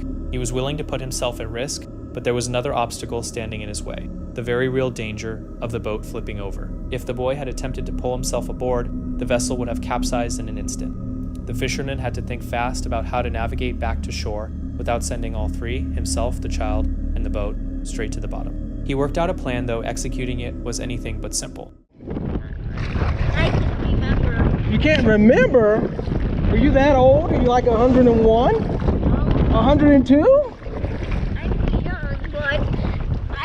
Through all of this, the boy, barely managing to keep his head above the surface, kept repeating the same phrase over and over. He was calling out warnings to his father about the danger he was in, yet the father appeared to hear his son's cries and chose to do absolutely nothing. What made the whole thing so deeply unsettling was the sense that this man was fully aware his child had gone into the water and still didn't lift a finger. Do you have any towels on him? His dad left him stranded out in the middle of the river. And Follow me, sir. And yeah, and he's saying he's feeling cold. I was just somebody that was fishing, but I want to make sure that he's fine. Then we're going to call 911. 911? Yeah, we got to make sure you're doing okay so you don't have hypothermia or something like that sitting there. Don't do 911. Why don't you want to call 911? Are you scared? The fisherman can be heard on the footage shouting toward people gathered on the bank, describing what had just unfolded. His voice is raw with both exhaustion and fury, and understandably so. He had just dragged a child back from the brink, but the question that lingers over everything is this. How does a boy who had already been reported missing once end up in mortal danger a second time? And why yet again was there nobody there to keep him safe? While out magnet fishing in Flint, Michigan, a Reddit user going by the name Motor City Magnet Fish stumbled upon something completely unexpected. Control. I'm gonna try to help him. Or her. Hi, puppy. Are you okay? Oh, you are bleeding like crazy, aren't you? You are bleeding like you are frozen. Oh, you are bleeding everywhere, buddy. I'm gonna get you a little bit warmer, okay? Try to make you warm. You're shivering. Poor buddy. There you go. Let's get you up to the top, okay? Put this back on. In case you bite me. I'm not going to hurt you. I promise you, I'm not going to hurt you. I'm so glad I saw you, though. Huh? Nobody's answering at the animal control. You know how that works. Yeah, that's just Flint. They don't ever. What they came across was a poor dog, drenched and trembling from the cold, its paws raw and bleeding. Somehow, despite everything, the animal had survived, and it was still wearing a collar with a contact number on it. The fisherman wasted no time getting in touch with the family, and before long, the dog's owner showed up to bring him back home. Because of how quickly these fishermen acted, the dog was pulled from danger just in the nick of time and went on to make a complete recovery. Off the coast of Russia's remote Primorsky Krai region, one diver decided to head beneath the surface and document his underwater expedition on camera. Things started out innocently enough, right up until the moment they didn't. Out of nowhere,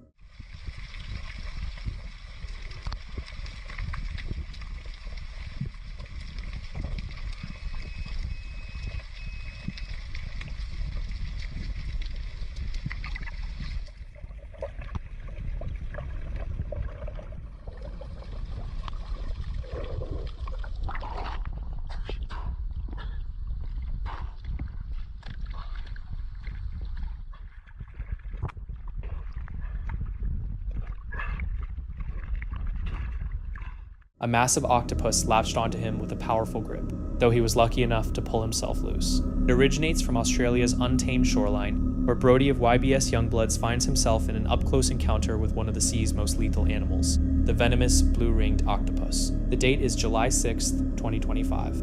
Accompanied by his faithful dog Strider, Brody picks his way across jagged rock pools along the Western Australian coast as an approaching cyclone churns the ocean into a frenzy. His mission is to get an up-close look at the notoriously elusive blue-ringed octopus in the wild, relying on nothing more than his bare hands.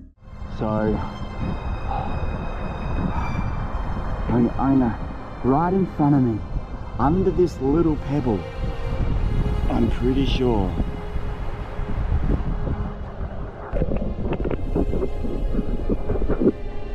It's the world's deadliest, most venomous octopus, the blue ring octopus. I'll be very, very bloody careful here. One bite. Can't see from this angle that's not going to work, because as much as I want to get that shot, I do not want to get bitten by this beautiful, beautiful thing. So I need to cruise around here so I can see what I am doing. I'm just gonna peek underneath this. I am so nervous.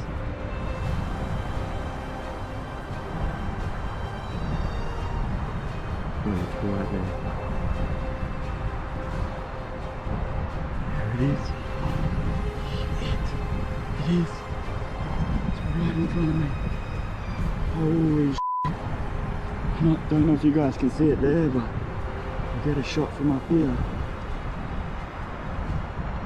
Look at that. Oh, it's beautiful. Hi mate, my name's Brody. It is absolutely lovely to meet you. Hi.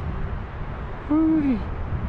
Wow. Oh, please don't go that way. That's my body, mate. That's the wrong way. That's the wrong way. That's the wrong way. There's a right way and a wrong way, and you're going the wrong way. Okay, I'll put this here. Tucked beneath a small rock, the world's most poisonous octopus begins to move. Its glowing rings pulse in vivid warning as Brody inches his camera closer. Every movement across the unstable rock pools carries real weight. A single misstep could result in a deadly bite. The octopus twists and dashes with unsettling quickness, while venomous fish hover in the surrounding water. The tension is palpable, the swelling tide and sheer remoteness leaving absolutely no margin for mistakes. Wanting to be my friend. I can't see what you guys are seeing right now under the water, but I'd seen that face before, a few months ago, when that big guy was eating the other pufferfish.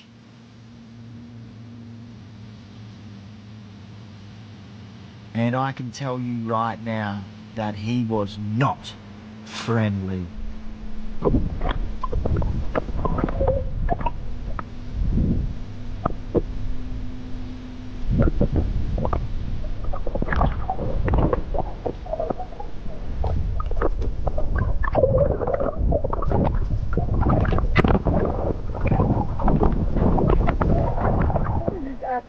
having a crack at me now. From friend to enemy.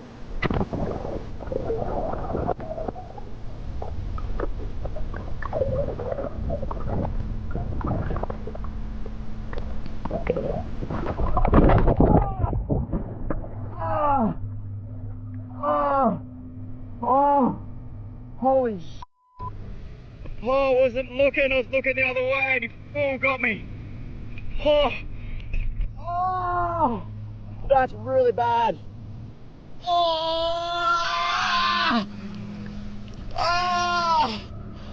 He was so fast. I deserve that. I'm not mad at him. I gotta go to hospital.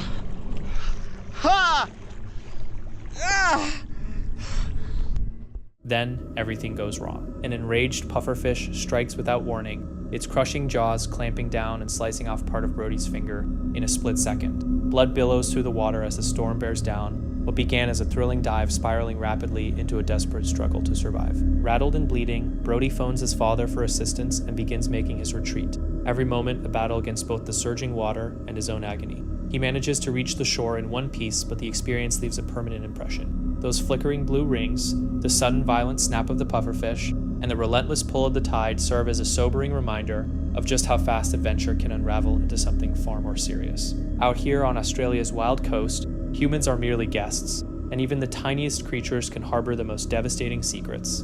Grant is a creator who puts out genuinely great content on YouTube. His channel is centered around fishing, but what sets it apart is how polished and entertaining every video feels. In this particular one, he heads out to a pond alongside his friend Ron. Ron was actually the one who set the whole trip up, since the spot has a reputation for holding some seriously big bass, and he has open permission to fish it whenever he pleases. What neither of them anticipated, though, was an encounter that would leave them both pretty shaken. Castled out, we're headed right now to apparently a big trophy bass lake. That's what I'm told.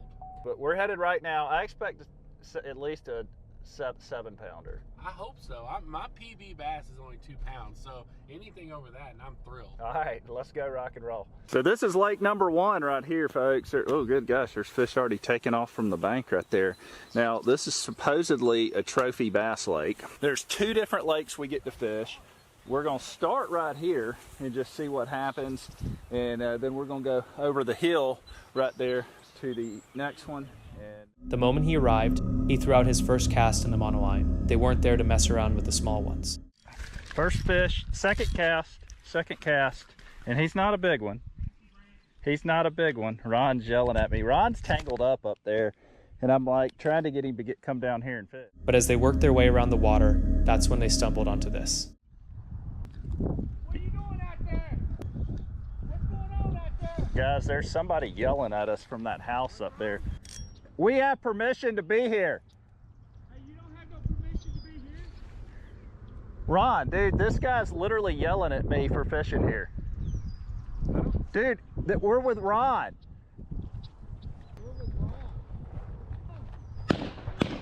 Gary, it's me. Stop. Are you okay? I'm fine.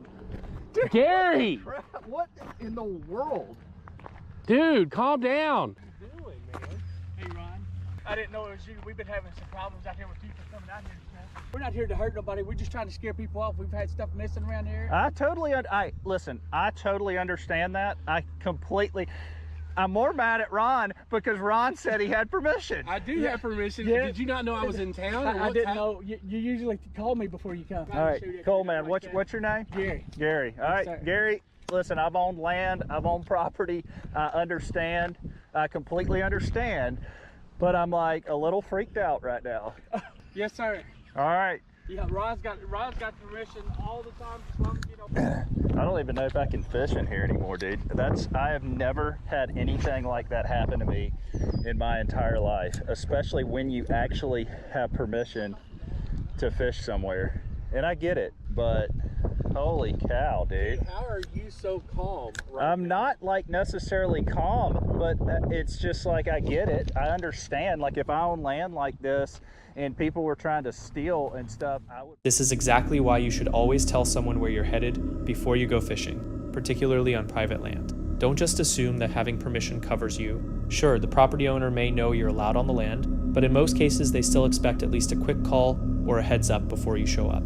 Fortunately here, the two were already friends, so it wasn't really an issue, and I doubt the owner would have taken things too far regardless. But that's one specific situation. Other times it can play out in a completely different way. You could genuinely find yourself in a dangerous spot, even if you have every right to be there. So do yourself a favor and always make sure someone knows where you are, especially when you're on somebody else's property. It's really not a risk worth taking. This guy was convinced he'd reeled in some massive fish, but the moment it broke the surface, everything changed. The thing had actual limbs, arms and legs, slowly writhing as it attempted to escape. Baffled by what he was seeing, he shared the clip with others, and that's when the mystery was finally solved. Turns out it was no fish whatsoever, but rather a salamander. The bizarre encounter exploded across the internet, with viewers stunned that something like this could go completely unnoticed in the wild. On January 2nd, 2019, a family made their way out to go fishing near Provo, Utah. The moment they pulled into the parking area, they noticed a huge figure standing off in the distance, and someone immediately grabbed their phone to start recording. The thing was absolutely massive relative to the trees around it, and the sheer scale of it left the entire family stunned. The encounter was enough to make them seriously rethink spending the day at that particular spot, suddenly very aware that something unknown might be sharing those woods with them. You're watching Roman Fedorzov, a fisherman operating out of Murmansk, haul something truly bizarre up from his trawl net. The creature squirms in his grasp, its motions deeply unnerving. It looks like it crawled straight out of a bad dream.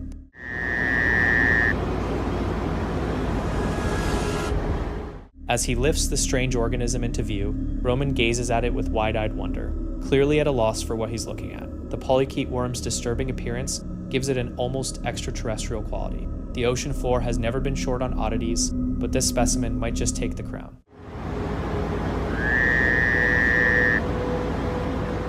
Scale worms flourish in the deep sea, their bristled bodies and unsettling locomotion making them hard to look at for long. Despite being completely harmless, their otherworldly look earns them a spot among the most unnerving inhabitants of the deep. What began as a peaceful day out on the water quickly became something nobody on that boat would ever shake from their memory. A group of tourists was soaking up the sun on a leisurely cruise when something enormous broke the surface right in front of them. One colossal fin, then a second one, and we're not talking about anything small here. These things were absolutely massive, bigger than anything you'd expect from a great white. Passengers started losing it, with some convinced they were looking at a megalodon. Whatever the creature actually was, it had begun circling their vessel. The captain didn't hesitate for a second. He spun that boat around and got out of there. The fins never gave chase, but the dread those people felt, that didn't leave so easily. YouTuber Southern Salt was out on the water in February 2023, pre-fishing ahead of an upcoming kayak tournament, moving through various spots in search of speckled trout. The mission was simple: crack the pattern and put together a solid strategy before competition day. Here today getting ready to go speckled trout fishing. We got the Hobie Pro Angler rigged up, got my lines in the back set up. I'm going to show you the rigs I'm going to be using a little bit later on. Check it out, we have one of the largest tournaments of the year coming up. It is our first MBKFA trail event, and it is the Winter Spectacular. So I need to find some speckled trout to get in there and hopefully have a good showing in that tournament. So that's the plan today. Get out here, try to piece a pattern together. Yeah. Things had been going well, with several quality trout coming to the boat in 5 to 6 feet of water, where bait fish were heavily concentrated. All right, I'm gonna leave this alone out here. We definitely found some fish. I'm gonna ease up. I got 2 little creeks right here. I'm gonna work through one little creek, see if I can locate some fish in there, come out and hit the other one, and then from there we'll just move around and try to find some other spots. We just got nailed right at the creek mouth. We're on. That one's not gonna be as big. Still a solid trout. Look at that fish. No small ones in here today. Another 19-incher, y'all. I went into the creek, couldn't find anything in the creek. As soon as I came back out here at the mouth of it, we were on. Get that off my head. Look at them. That is an 18-inch fish all day. See ya, girl. Now this tournament we have next weekend is a catch photo release event, and so it really doesn't matter on weight. They don't have to be fat, they just got to be long. And I've already told y'all we're using this White Men of Death hoodwink, but check it out. Look at the way our water clarity is, right? It's clear, it's not sedimented, but it's kind of hazy. And that white is just, look at it. I mean, it just looks beautiful down in the water. It's definitely the right color for the occasion. Good overcast days like this, got a front moving through, which is typically not good for fishing. I mean, yesterday probably would have just been jam up. Yeah, not the best conditions, and we're still whacking them right here.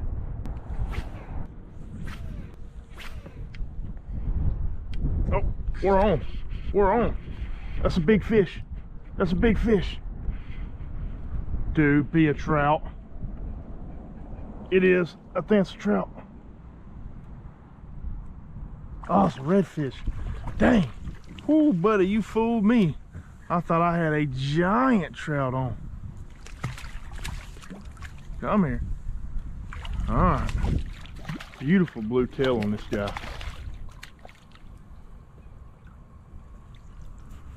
Not a big red, but I tell you, a red this size will make you think you have a giant trout on. And another victim.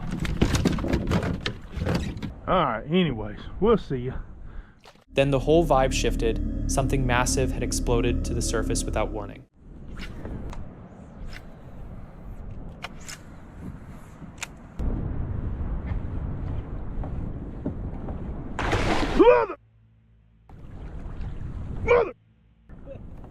Mother alligator, dude. That wasn't an alligator. What the that? What was it? Nah, bro. No, dude, I just bro. I'm out of here, bro. That was a gator, man. What was that? Hopefully I can slow-mo that down and know what it was. I swear I think it was an alligator.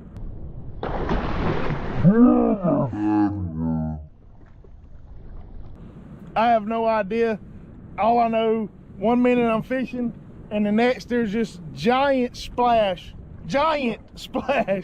right next to me. I know it's on camera. I'm kind of freaked out, I'm not gonna lie. Y'all comment below, what do y'all think that was? Cause I think I need to change my drawers because that kind of got me. I ain't gonna lie, I'm getting out of here. Whew. It's 66 degrees in here. What do you mean it's too cold? It's 70 degrees out.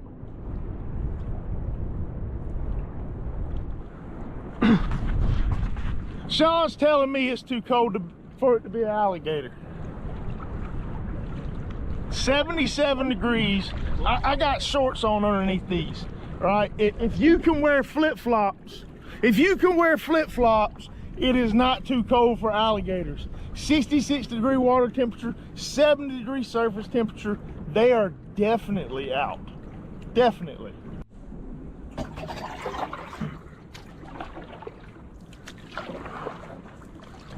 Oh, y'all check it out. Look how much mullet is in this creek right here.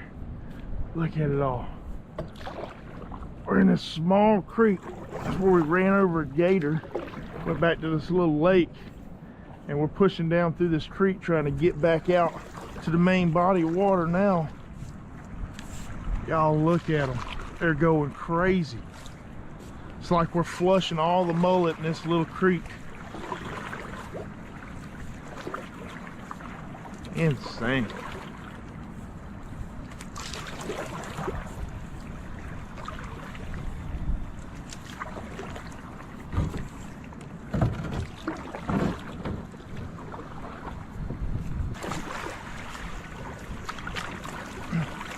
I don't think I've seen so many mullet in one spot. See if we can catch one with a net. They're like beaching themselves.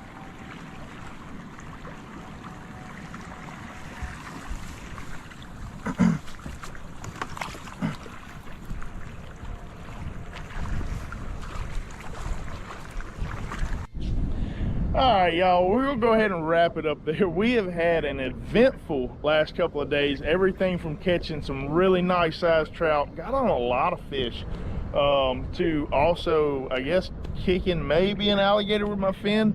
Not 100% sure, but like I'm as close to 100 as it gets.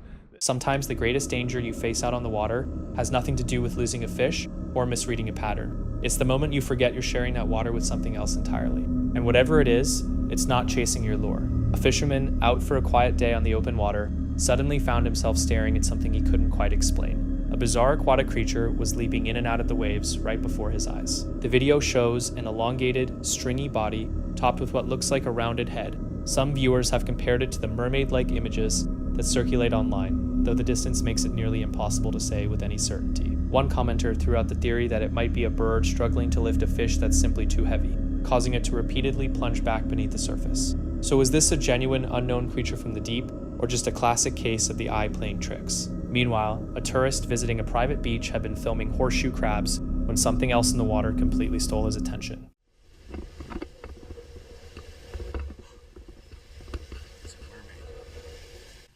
His initial assumption was that he was looking at an ordinary swimmer, but as he moved in for a closer look, what came into focus appeared to be a humanoid figure with a fish-like tail, something that looked unmistakably like a mermaid. So was this an actual mermaid captured on film, or something far more elaborate?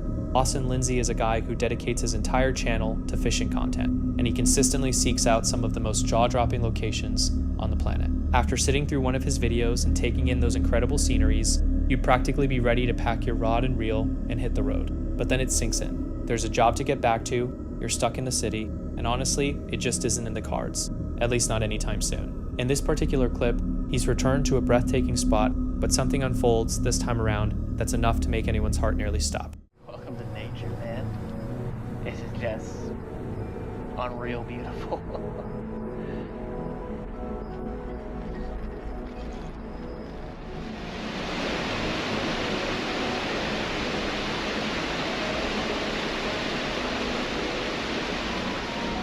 It's so funny, man. As a kid, it did not matter to me at all what the water level was at. When I was in my kayak, I would send it over this dam.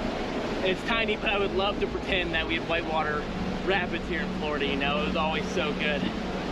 The rain finally starting to hit us, so we're gonna hop back in. Got the raincoat back on, hopefully go find a big snow. It is coming down. This is when these really expensive dry bags earn their money right here, and I'm glad that I have them. Sometimes I look at my $250 backpack and I think I'm an idiot, and then this happens and I'm like, all right, it's okay. Wow, man. Seriously, that landscape is absolutely unreal. Lawson hops onto his paddleboard and gets to work, drifting slowly through that tight winding creek. Then, completely out of the blue, this unwelcome visitor appears. Bigger snug. What an eat. What a freaking eat. Oh my gosh. Come back for it. Absolutely tried to dumpster it. Oh my alligator, you scared the piss out of me. Get out of here. Oh. Ugh. Hey. Beat it, son. Holy crap, you are ready to fight. Get the frick out of here, dude. Oh, that scared the piss out of me.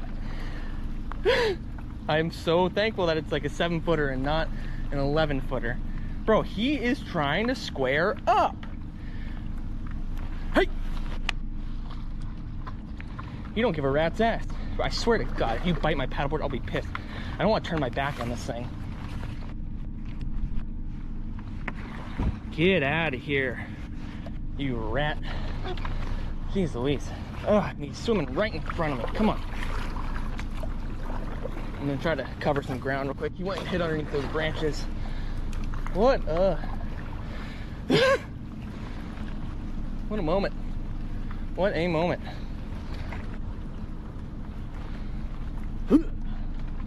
Oh, I'll get your legs shaking and heart pumping. Honestly, I'd be happier to be in any vessel other than a paddleboard to be dealing with that thing. The really only, it's probably like an 8-foot alligator. The only reason he was being so aggressive is because he felt cornered because I came around that bend and maybe scared him a little bit. And you know, he didn't have anywhere to go. He manages to steer clear of it and carries on with his fishing session. But honestly, if I came face to face with a crocodile out on the water, I would be gone without a second thought. There's absolutely no chance I'd hang around waiting for some croc to creep up and take a chunk out of me. I've got a whole life ahead of me. All jokes aside, it's a good thing Lawson clocked it when he did, unlike some other footage out there where the croc launches out of nowhere, clamps down on the board, and sends the poor guy flying straight into the water. When a location looks that gorgeous, you can pretty much guarantee the crocodiles have already claimed it as their own, those stealthy little prehistoric creatures. While strolling along the shoreline, a shell enthusiast came across something odd poking up through the sand. He worked it loose with his equipment, and what came out was a bizarrely alien-looking organism. The creature's belly side appeared almost unnatural, with a circular mouth ringed by small tentacles. The whole thing had an otherworldly quality to it. Viewers in the comments weighed in, with most concluding it was likely nothing more than an ordinary cuttlefish. While out on a fishing trip in New Jersey, one man reeled in something so strange it left everyone scratching their heads. Уже хит интернета. Странное существо поймал рыбак-любитель. Изучившие фотографии эксперты предполагают, что на них... Angler Doug Cutler had been using a bow and arrow when he pulled in what could only be described as something straight out of a horror film. The creature was slicked with blood, lined with razor-sharp teeth, and had a serpentine body unlike anything he'd encountered in his years on the water. В водах, однако длина миноги обычно достигает не более метра, а на снимках рыба-монстр выглядит гораздо... Most people who've seen it think it's a giant sea lamprey, a parasitic species native to the northern Atlantic. The thing's circular mouth, multiple rows of jagged teeth, and snake-like form give it a genuinely terrifying appearance. Whatever it was big, it was aggressive, and nobody saw it coming.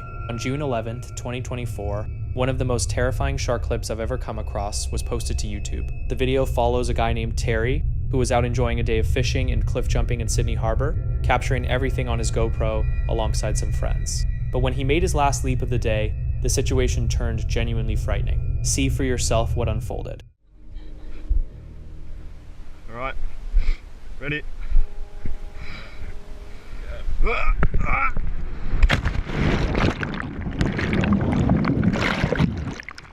Shark! Shark!